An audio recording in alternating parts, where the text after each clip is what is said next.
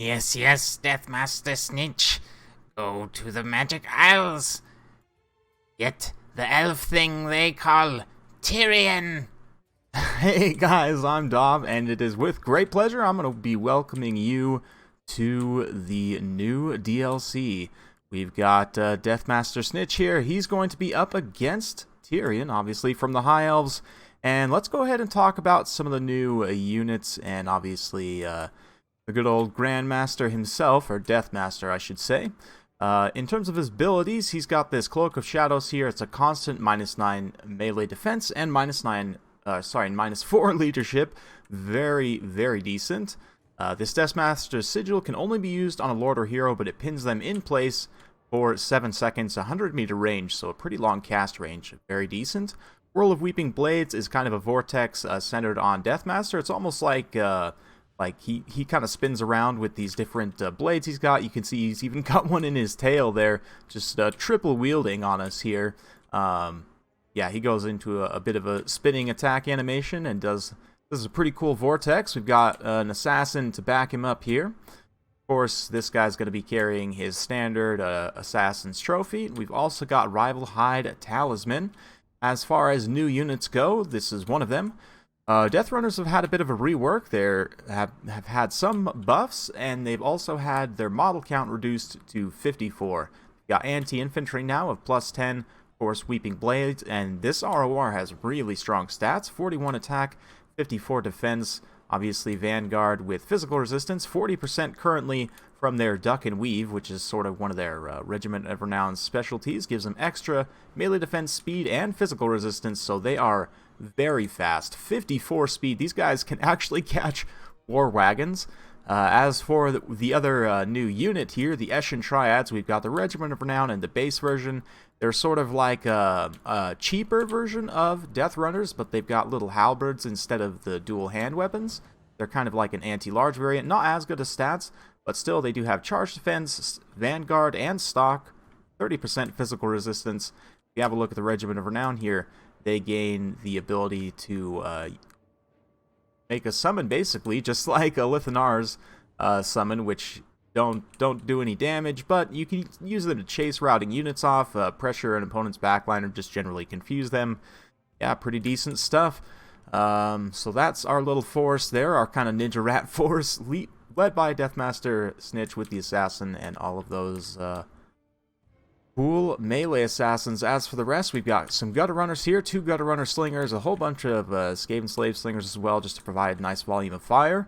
Natty Buboes, of course, stock and snipe synergize as well with this type of a build. And we've also got a doom wheel, which I can hide if I want to, with this guy right here. So Skaven have gotten a new lore of magic. It's I forget. Let's have a look here. So yeah. Skaven Spells of Stealth is what they're calling it here. I forget what the name of the specific lore is. But yeah, Warp Stars is going to be the first one. That's one we've got here. It's just a little magic missile. Doesn't do a ton of damage. We'll kind of see that in action here. And we've got Skitter Leap now changed to this lore of magic. It's been replaced by another spell on Lore of Ruin. We'll talk about that another time. But just give stock unspottable. Only 5 wins of magic, so it's a super cheap way to proc the lore attribute, which is quite nice. And yeah, you can now hide things very easily and cheaply with a low cooldown, which is excellent. That 24% speed as well, really strong for Skaven units, which tend to be fast for infantry, but they don't have any true fast attack units like hounds or anything. So Armor of Darkness is 60 armor, 22% missile resistance. I don't have this one, but we'll see in another replay. Veil of Shadows here is a vortex. It doesn't do any damage, but it does disrupt your opponent's formation. So you can kind of use it to like pin some units in place if you need to just kind of area deny someone for a while. I don't know if it's really worth 12 wins of magic to not deal any damage, but still. Brittle Bone is a really nice debuff, -40 melee defense, 24% speed, and 9 vigor. -40 melee defense is quite strong in general. And then Black Whirlwind is a proper vortex that actually does real damage. I haven't gotten a chance to test this yet, but certainly has a very cool looking animation. So let's get back to it. The lore attribute here is basically a map-wide demi-poison. It's not the same effect as poison. It applies to all enemy units. But you can layer it on top of poison. I didn't actually bring poison on my gutter runners here. I hadn't realized that it was actually a separate effect yet, but still, we've got 1 unit of Rat Ogres as well on loan from Clan Molder. Sorry for the long intro, but that's how it goes with these new DLCs and units. We've got some just regular chaff up on the hill, kind of baiting my opponent here. I'm up against HDS, Spanish content creator, so for those of you guys who speak Spanish, definitely recommend check his channel out. He's got Spearmen Archers here. 1 unit of Swordmasters. Loremaster of Hoeth is going to be the caster. We've got some Illyrian Reavers scattered around, and some Dragon Princes led by Tyrion the Target himself. So here we are on a Ulthuan themed map, and we're going to get things going. You can see right off the bat I'm moving up my ninjas to kind of take position in the forest here. We're very much trying to get a good ambush if we can on some expensive targets.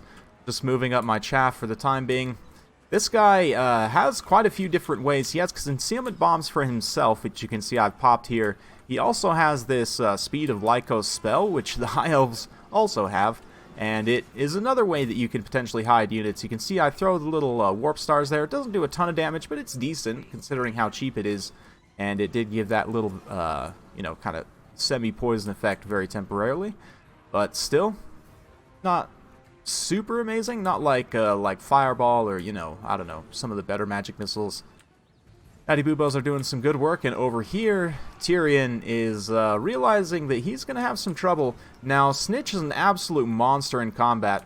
He does have Weeping Blades, so that's a great way to just kind of apply this effect around the battlefield. 460 armor-piercing weapon strength, 300 armor-piercing, that is, 460 total, and yeah, 70 melee attack as well, so you can see I've kind of separated these two. The assassin's gonna, just take a ride straight up and down in the air, but there is the new ability from, got the assassin's trophy there and the Deathmaster's sigil, freezing Tyrion in place, and he just gets absolutely deleted. You can see just a handful of attack animations, and I love that new spinning attack animation.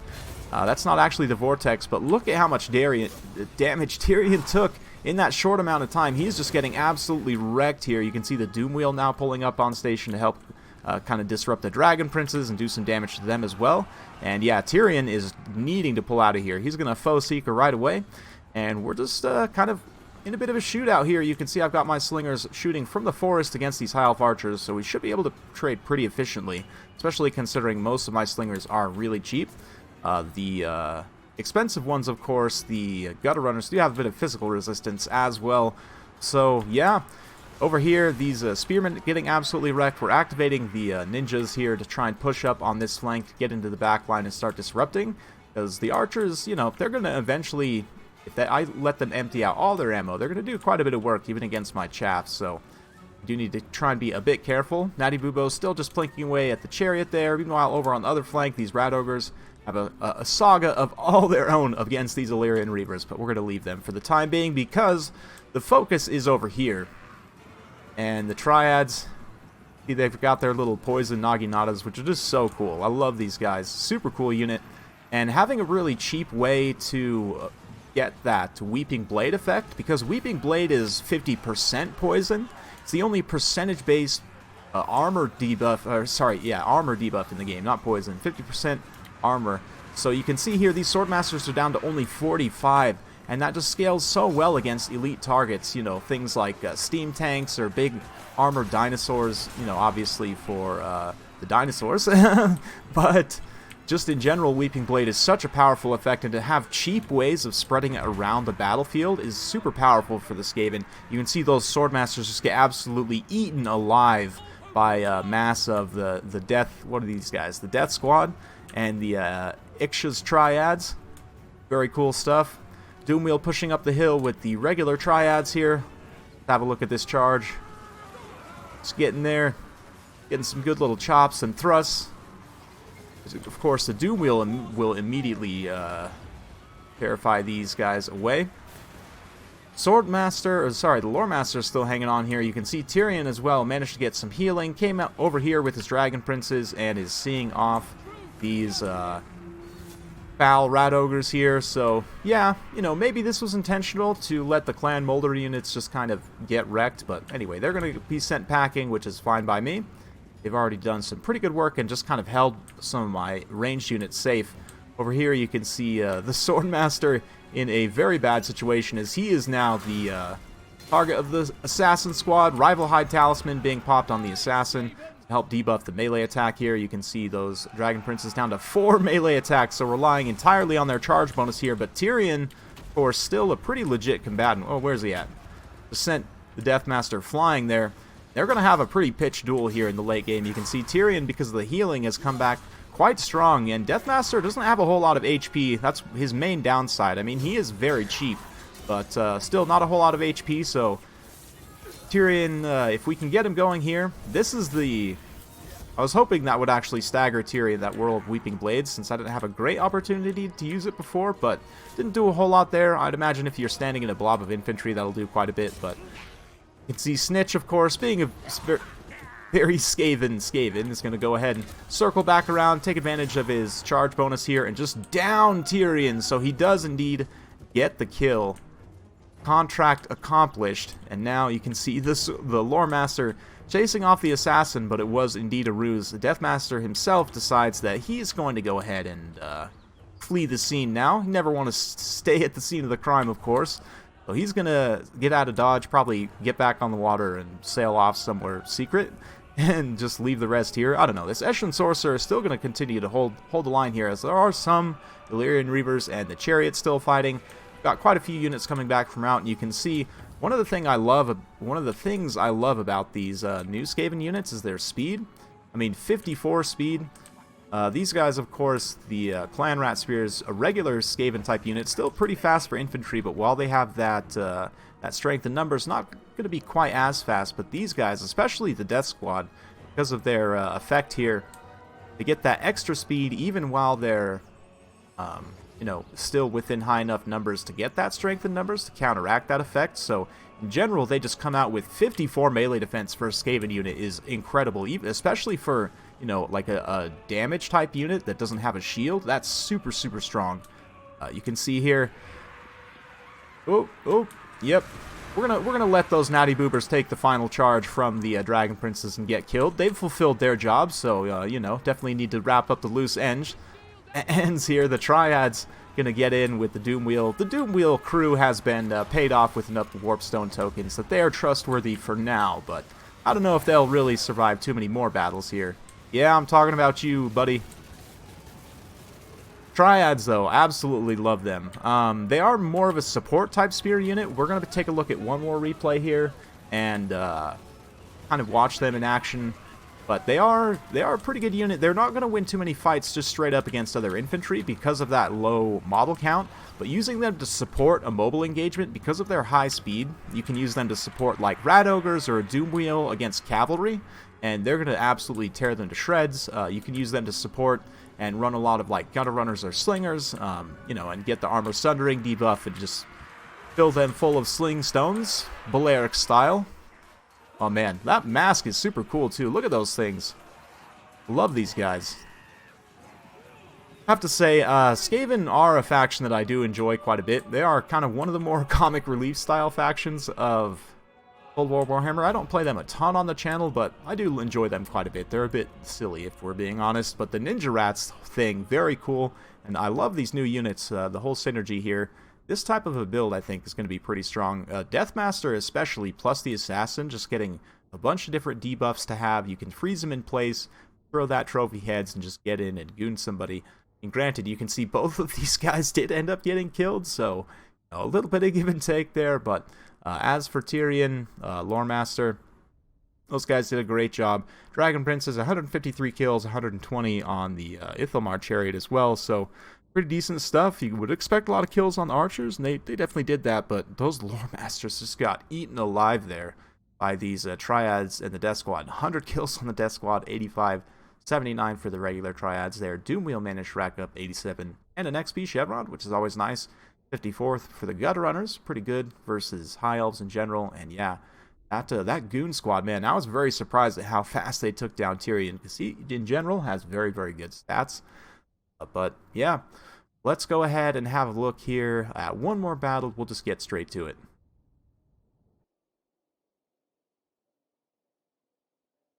Yes, yes, your next contract. Go to the lands of the Man-Things.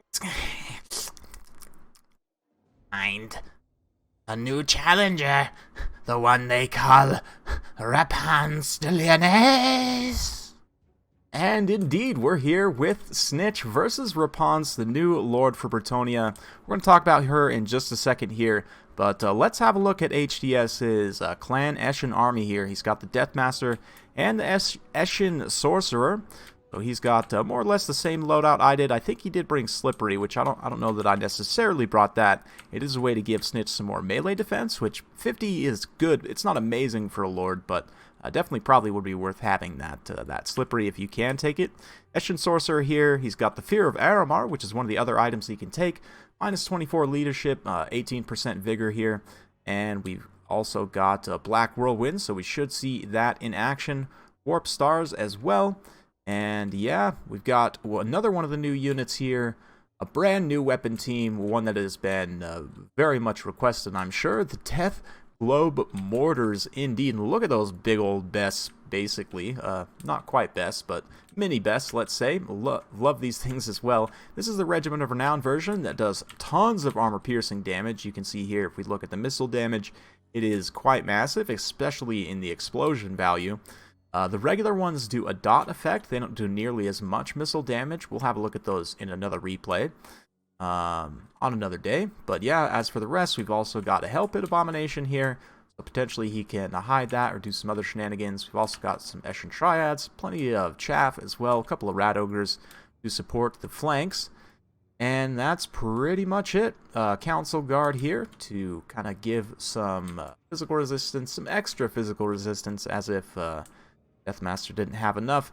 But anyway, let's have a look at Repanse real quick as well. My army, pretty standard stuff for Bretonnia. We've got 2 questing knights here, and Repanse herself. So if Lewin is like the Grail Knight Lord and the King, obviously, and you've got the Fey Enchantress as the Caster Lord, obviously, and the what's his face? Alberic is the Knight of the Realm Lord, if you will. Then Repanse is sort of the questing Knight Lord. You can see she's got a great weapon here, rides on horseback, anti-infantry AP, so I figured she'd be good against the Skaven here.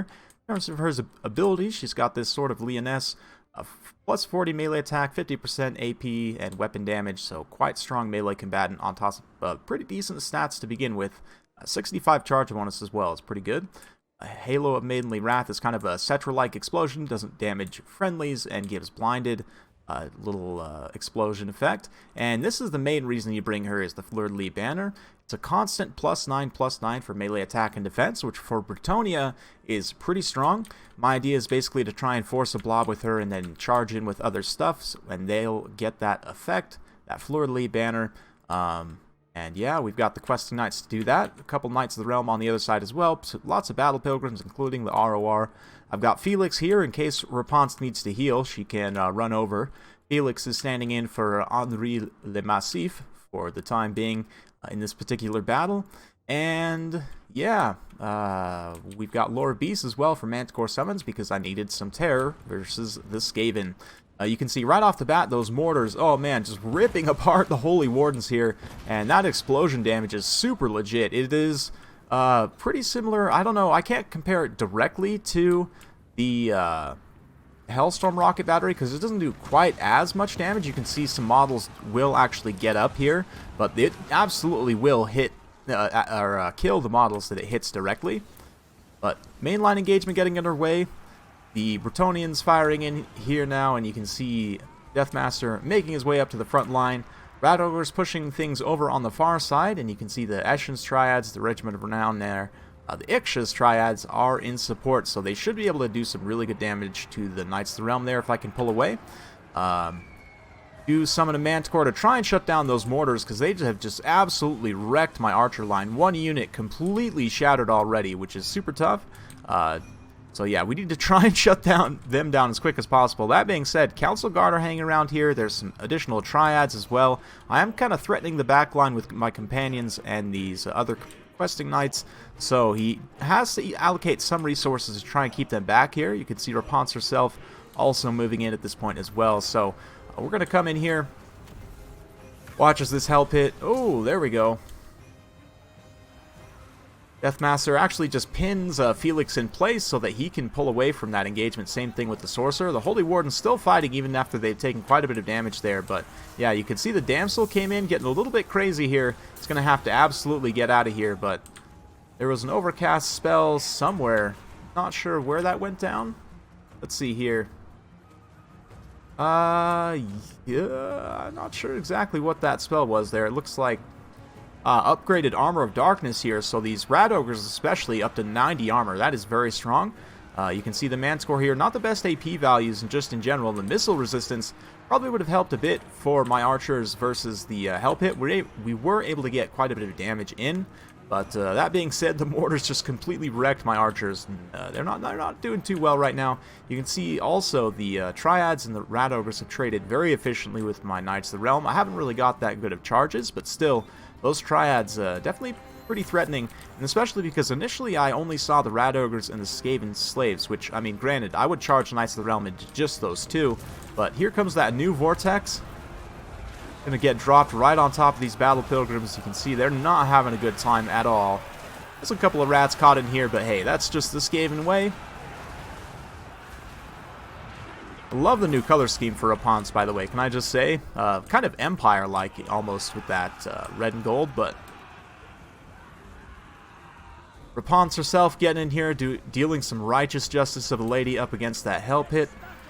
These Triads, though, even the Skaven Slave Spears, again, just with their little anti-large bonus, their tiny weapon strength with that 50% armor debuff, these Knights of the Realm down to only 45 armor, so the Skaven Slaves will be able to get hits, and their hits will actually do some pretty decent damage based on, you know, all costs considered. So the Triad's definitely a very good kind of support unit to help support your Chaff Spears to you know, make them trade more effectively as well. You can see a second Manscore summon is up and ready. I'm going to try and snipe out this Eshin Sorcerer if I can. Questing Knights in the back line get a pretty good isolation engagement on this unit of Rat Ogres and is able to rout it off pretty quickly here, so that's a great pick for me. The Bombardiers here, or sorry, the Mortars, they're basically Bombardiers that have like actual mortars to shoot the bombs, right? Or to shoot the globes like across the field. But yeah, you can see the Sorcerer taking quite a bit of damage here. He did give himself some more armor, and looks like the concealment bombs to try and break the attack order there. Oh, SNIKCH comes in with a giant right hook to the head as well. Does get thrown back for his troubles, but he's going to be able to just wreck this man score here. Although he is anti-infantry, oh man, that was cool. He kind of like rolled over its back almost and hit it in the head. And his animations are quite wild. He is in a little close right now, but yeah, just that weapon strength and high melee attack plus the Weeping Blade, it just makes him such a scary melee combatant despite his small health pool. That is his main weakness, though, is, again, not the most health in the world. That can take a lot of damage, but certainly has a lot of damage output potential as well. See here, I am able to clean up this group of Triads. It did get isolated, and, I mean, they have physical resistance, but the Knights of the Lion-Hearted, at the very least, have magic damage. And so on an open field charge, once they break the bracing bonus, they'll be able to get some really good damage in. And these Eshin Triads, if they do get isolated, will take quite a bit of damage here. So some upsides and some downsides. Not a completely OP unit by any means. The mortars as well, you'll notice, only 250 range, which is same as Gisele's.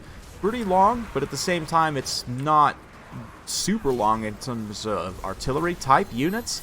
Battle Pilgrims fighting tooth and nail here. We've got the Council Guard as well, so very pitched late game engagement. Oh man, look at that shot.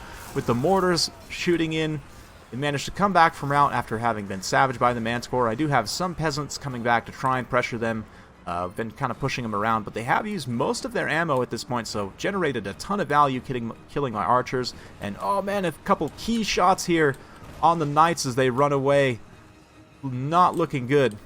That being said, I do have the Damsel on station, the bounce power pretty well in my favor as well, mostly because the Companions of Quenelle here and the Questing Knights are quite healthy. Felix also fighting tooth and nail here in the pocket, but once SNIKCH gets his paws on him, it's going to be a bad day for Felix, especially because of that melee defense debuff, and of course, with the massive oversized chair made of flesh that's actually sewn into its arm, we've got the Hell Pit Abomination. Silly Hell Pit. Just hilarious. looking pretty bad for Repanse at this point. She is quite stuck, and these peasant mobs are just going to immediately flee away, which is fine. Lets her kind of pull away to try and take advantage of her charge bonus. She was totally not terrified at all. And DEATHMASTER, again, those concealment bombs to try and get away, try and break attack orders. But these questing knights here, especially the companions, just such strong melee stats, and that's one of the reasons why I wanted to take them with Repanse and try them out here, is for that melee attack buff together. But can Repanse survive is the question. The DEATHMASTER's doing his best here, and the Council Guard and everyone, to try and take her out. But there's that Vortex. It did some pretty decent damage as well, and the Spell Vortex also coming in, it looks like. Oh man, I love that animation. Absolutely beautiful. That giant twist of Warp Wind, or I don't even know, Warp Thunder. Just looks awesome in general. A few peasants did come back from route, so we're going to use them to fire in a little bit here. You can see Repanse is pulled away. She's barely alive, though. Managed to dodge that magic missile from the assassin caster. It's super cool thematically, too, to have an assassin caster. Like, the new lore of magic is one of the things I'm most stoked about. That debuff as well, that debuff spell in particular, I have my eye on. I haven't tried it out, didn't show it in, well, I have tried it, I guess. I haven't showed it in either of these games. We'll be getting to it certainly on another day, don't worry. But at this point, unfortunately, most of the Skaven, being Skaven, have forsaken the DEATHMASTER. And he is going to finish his contract, though. Repanse falls here. I missed the actual animation, but... And he might be able to actually finish off Felix, too, just for good measure. Fulfill the bonus contract. Gotrek certainly won't be pleased, and he'll probably have to fight Gotrek eventually at some point, but maybe that'll be a follow-up kind of storyline video to this one. The DEATHMASTER will have to finish things off. Looks like Felix, I mean, he's mortally wounded at the very least. 300 HP. It doesn't look like the DEATHMASTER will quite fulfill the bonus. Who knows? Maybe Felix will die from his wounds on the way back to the castle. But regardless, Repanse has fallen, and that at the very least is contract fulfilled, right? So even though he might not have necessarily won the battle, he still won our hearts, right? Let's be honest. DEATHMASTER going to be very fun. The cost, again, is one thing that is very, very appealing. He's super cheap. And we'll talk just a tiny bit more about him in the end here. I'll cut to custom battle screen, and we can just talk over a handful more things before we finish it out. But yeah, very fun stuff. Well played HDS, and a big thanks to him as well. Again, if any of you guys speak Spanish, you want to learn Spanish, or you just want to listen to someone cast Total War Warhammer in Spanish, even if you don't understand it, which I think is kind of fun sometimes, to be honest. I understand a tiny bit of Spanish, but I'm not fluent by any means. Yeah, go give him a watch. Definitely a great guy, and big thanks again for the battles. Yeah, very fun stuff. Contract fulfilled. Repanse fell, even though the forces of Bretonnia ended up clearing off the rats at the end of the day. DEATHMASTER, no doubt, just popped his concealment bomb, disappeared into the night, along with his henchman here, the Session Sorcerer. And yeah, man, those mortars, holy cow. I have to say, the Deathglobe mortars have to be one of my favorite new units. They are the most expensive weapon team, and they are the smallest as well, only coming in at 9 unit models, but very powerful unit in general. Of course, the triads I've already spoken about quite a bit, and in general, synergizing with the Hell Pit against more like anti-large type artillery factions, like you know, Empire, Dwarfs, that sort of thing. The ability to cheaply and consistently hide your big expensive units from getting shot on the approach, something that's going to be very powerful, not only for Skaven in 1v1s, but certainly in 2v2s, especially for someone like a Chaos or a Vampire Counts, or even a Lizardman, which would be complete heresy. But any of those teammates, you'd be able to pull off some really fun, you know, stealth Shaggoth shenanigans, or maybe a stealth Carnosaur, you know, just incoming clever girl from the side. Very, very fun stuff.